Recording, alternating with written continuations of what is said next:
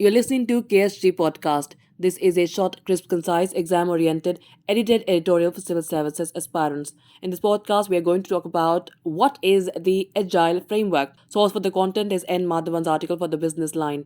An agile framework is a framework for project and policy implementation that is considered highly efficient for getting work done. It was developed in 2001 and is based on 12 principles, which include customer satisfaction, collaboration, adapting to change, feedback loops, breaking project silos, etc. The Economic Survey 2021 to 2022 has called for embracing this framework for policy making under conditions of extreme uncertainty. In fact, it is the central theme of the survey.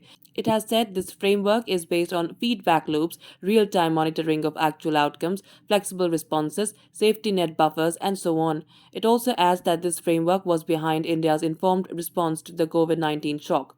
Now, what was the framework that India followed earlier? India and most countries across the world typically follow the waterfall approach. This involves analysis of the issue, detailed planning, and meticulous implementation. India's earlier 5 year plans were based on this. Waterfall framework is linear and is developed systematically from phase to phase. It is said that this approach works best for projects with concrete timelines, well defined deliverables, and little uncertainties. Now, why is the Agile framework preferred today? Real time availability of data allows constant monitoring of a policy at a time when there are lots of uncertainties. This helps governments to adopt the Agile framework. The survey says short term policy responses can be tailored to an evolving situation rather than what a model may have predicted.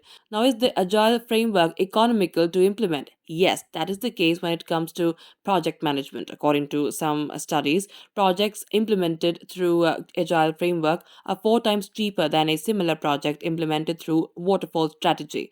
For policy implementation, too, that may be the case.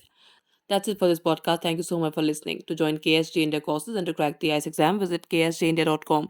You can also get a PDF of this podcast on ksgindia.com. Thanks for listening and do subscribe to our YouTube channel.